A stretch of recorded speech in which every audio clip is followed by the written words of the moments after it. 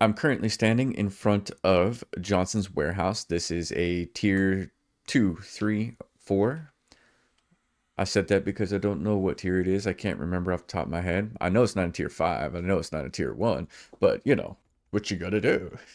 This is gonna be a members video, and I'm about to fucking die. La da da da da. Listen here. This is a pretty cool base. It's a tier 3. I recently did a playthrough and I got this quest from the trader. I had honestly never been here before. There ended up being some pretty neat features that I really liked about this POI, and I decided to make a horde base out of it. And I realized how cool it was. So let's start, shall we? First thing you need to do, obviously, is clear the POI. And there's a dog here. We'll go ahead and speed run through this. I got the little dev gun here, so it's not a big deal.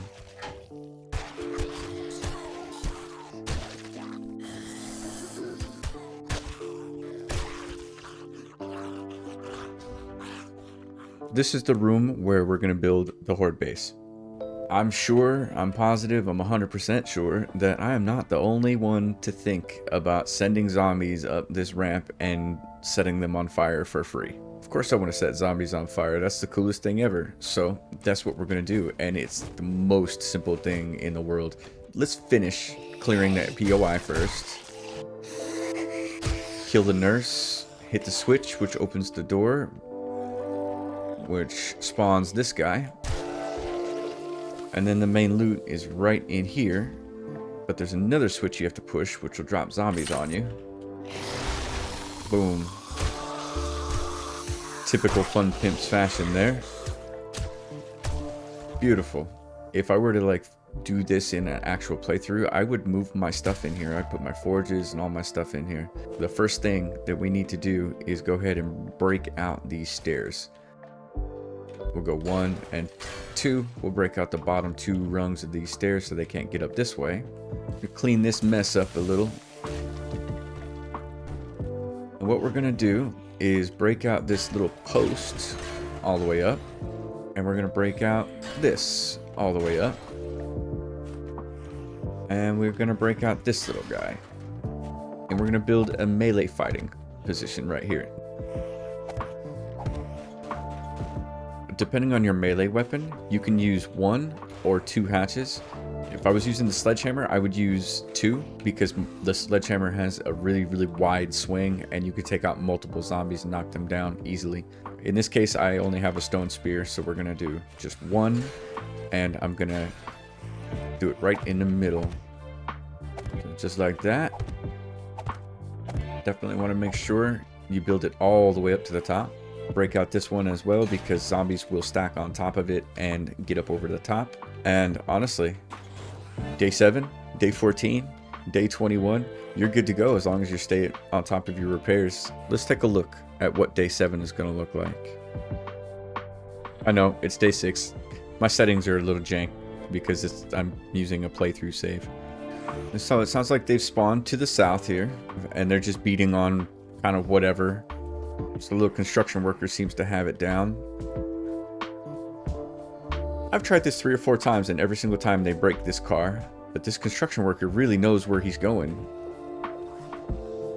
Aha.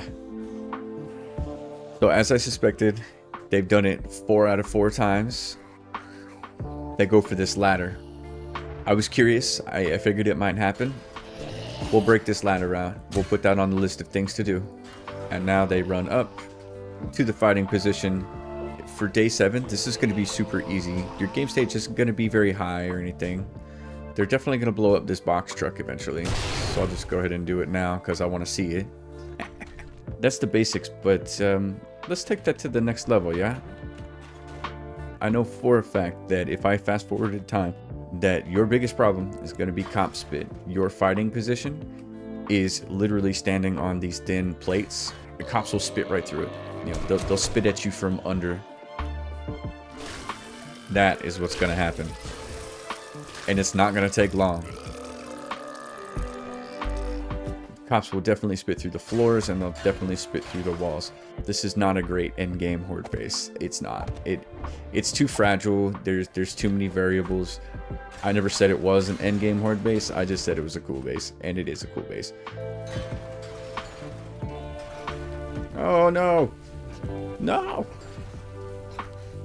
Ah.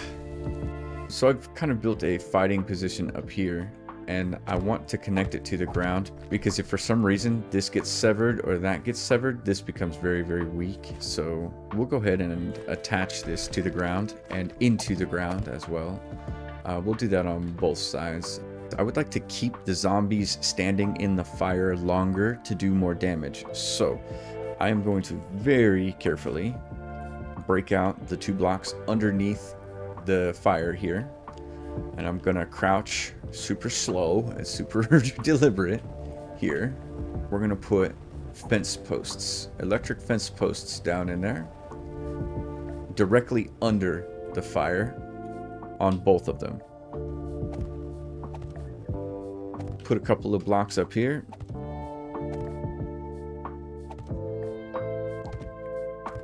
A couple of fence posts there. And then this one.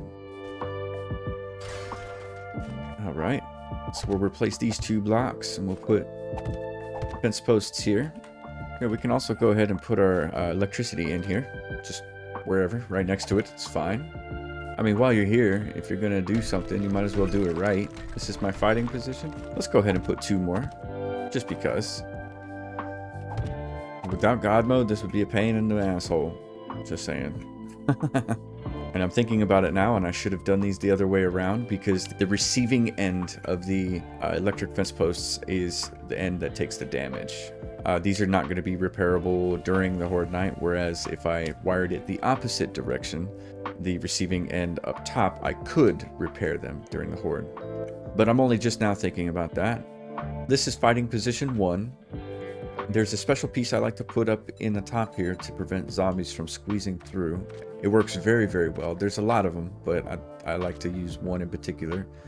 And it is under the catwalks section, and it's called the Catwalk V2 Bend Plate Only. So it's kind of got this like angle to it. And I like to put that like this. So you'll see it like actually overlaps a little bit on this side. You see how it's kind of flickering and glitchy? Yeah, that's the way it needs to go. Definitely, you could definitely stand to put another hatch here if you'd like. We'll go ahead and do that. That's gorgeous. That's beautiful. Ouch. So I have electricity at my fighting position, which is good.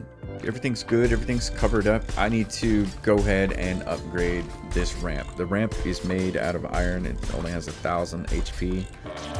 Poop.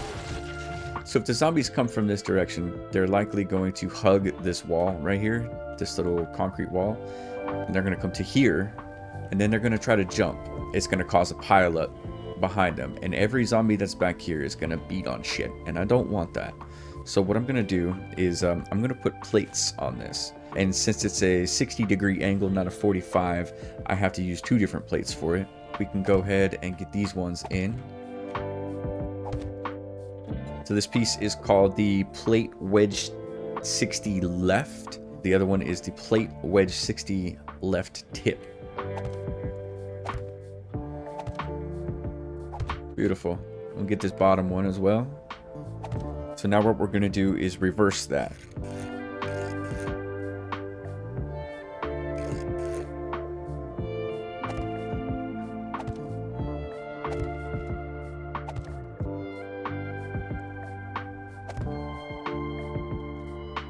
Only because I'm extra. Only because I'm extra. Beautiful. Look at that. I like it. So we need to do something about the cops. The only thing I can think of literally is stacking kind of a wall behind us like this. What you don't want is the zombies to break the path. They're going to spit at you up through these floors, and you've already seen how devastating the cop spit is. So you're going to want to break this out and give them at least one solid path. This is your second fighting position, so this would be your fallback position. What we're going to do here is we're actually going to cheese the zombies here. We're going to give them a really nasty path. Something that is basically AFK loop. And I'm actually going to disconnect all of this here. I want all of this to be completely detached. You could do this a lot of different ways. First things first. Sure, we can use the Glock 9 method here, and that's perfectly fine. I do want to clean this up, because this is a little bit weak. I think I already said this, but this is not a feasible endgame Horde base. It's just a cool base. The more time goes on, and the more I work on it, the more I think, man, this really isn't that good of a base. You could use a lot of cheesy pieces here, like the pillar .0125 centered. Like, you could easily drop that in here, and these zombies would just, they would never get to you. As a matter of fact, I'll show you here. So what we'll do is 3 of them on the left, 3 of them on the right, and then we'll stack these ones closest to us. Get some hatches up on the top here. So in order to make this actually feasible for like a more endgame Horde base, you would have to break all of these out, or let them do it, and replace them. It's not impossible, it's just a lot of work. Alright, so they finally made it through that door. This is my favorite part about this base, is that we have this fighting position here, which is cool. Ow. Yeah, this is a cool fighting position here. But we can also fall back. We can throw mollies, so it's a Molotov friendly base over here. But I can also fight from here, and as cops come through, I can do bullet penetration damage to anything coming up the ramp behind it, which is super, super cool. Like, I just love the concept, man. The concept is super cool.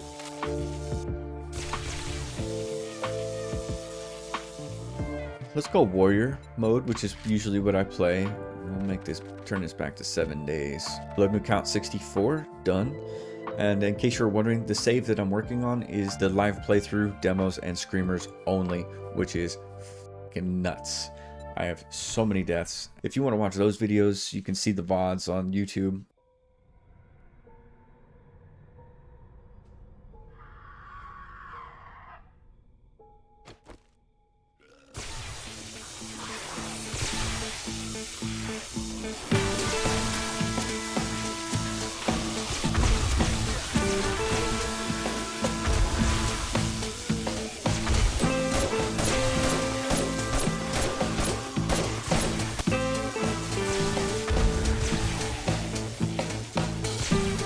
So all that work that I did for this aesthetic bullshit doesn't work.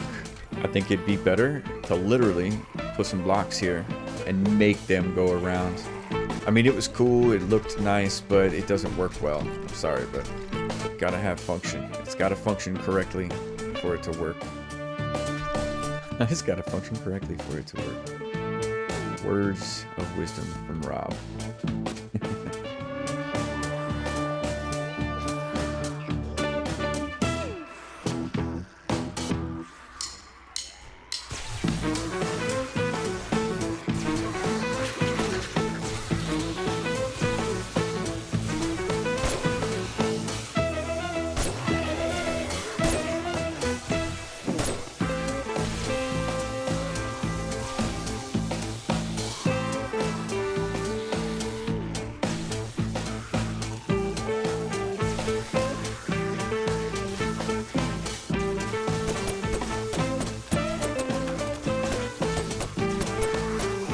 Look at these idiots.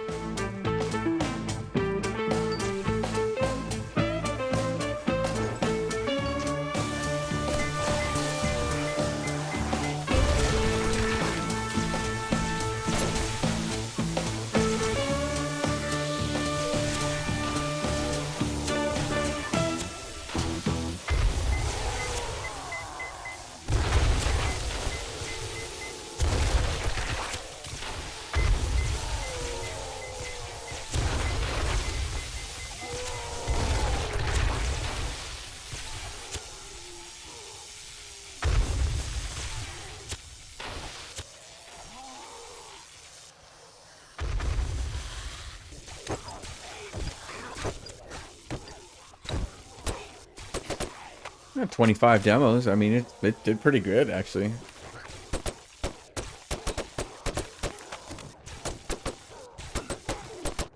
Oh, fuck. Not what I want.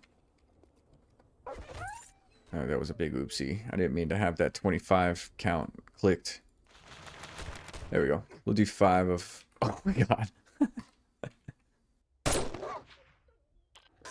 Dire wolves have no problems pathing up that.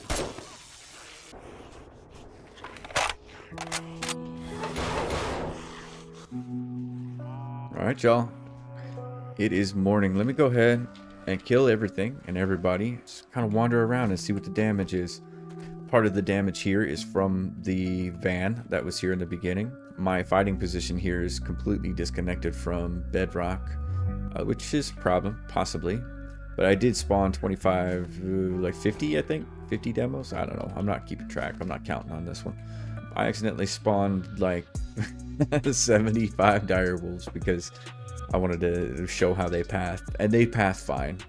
They did end up destroying the pipes that had the fire in them. So there's that. I think that would be a cool trap for the fun pimps to add to the game. And even though the ramp is all destroyed and everything's all jank and fucked up here, the path is not broken. They still saw it as a path. They definitely favored breaking out these blocks instead of breaking down the hatches. Definitely keep that in mind as well. But it's not a big deal, really. Because if you were actually fighting here legitimately, you know, your little melee position, eventually you would notice that they were starting to break through on this side, and you would leave. Clearly, putting these concrete blocks in, replacing these floors, was the correct decision because everything around them is broken except for the concrete that I put here. You could even possibly put a little tightrope type walkway here, like this. Something that will help them fall and get caught up and redo the loop. This base is all about the free damage. Anyway, I love it. I like it. I thought it was cool. It's not ideal by any means, but it definitely doesn't suck. Anyhow, I've started expanding my channel into more live streaming, so you can find me on Twitch, Kick, Rumble, maybe Facebook if I care enough to promote it enough and you care enough about it to follow me over there. Thank you so much for being here. I appreciate you. Cheers, have a good day, and I'll see you in the next video.